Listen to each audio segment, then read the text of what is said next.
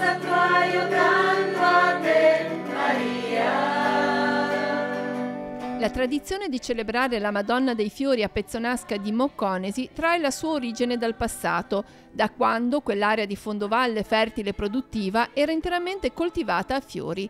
Gli abitanti della zona affidarono a Maria le loro aspettative di raccolto chiedendo la protezione dalle intemperie. I miei antenati, con quei signori che erano venuti, che sono stati i fondatori della festa, hanno detto facciamo una messa in questa cappelletta che la Madonna ci protegga dalle grandine.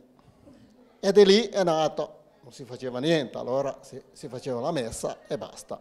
Oggi il territorio e l'economia della valle sono radicalmente cambiati, ma è rimasta immutata la tradizione che si rinnova ogni anno in prossimità della solennità dell'Assunta, richiamando fedeli e sacerdoti anche dalle zone limitrofe. Da quando sono arrivato qui, ormai sono 23 anni, sono sempre venuto tutti gli anni dal primo anno. Una volta di più di ora, ma ancora adesso un po' si fanno questi scambi. Certo che siamo in pochi, magari uno viene anche pesante.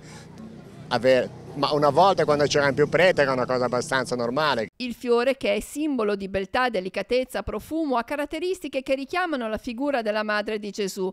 La messa, celebrata da Don Guido Perazzo, ha radunato molti fedeli di una vallata che ogni anno rinnova il suo voto a Maria, affidandole le fatiche del nostro tempo. Per la Fontana Buona chiediamo sicuramente uno sviluppo, che ne abbiamo bisogno. La Fontana Buona adesso avete visto che è tornata la statale, quindi si spera che venga migliorata, se venga implementata. Si parla del tunnel della Fontana Buona da anni, da decenni, speriamo che venga edificato e reso fruibile per tutte le persone che hanno bisogno, e soprattutto per rivitalizzare le infrastrutture, le strade, le infrastrutture digitali sono fondamentali per rivalorizzare il nostro territorio, ma tutti i territori dell'entroterra. I problemi nascono nell'entroterra, poi si abbattono sulla costa.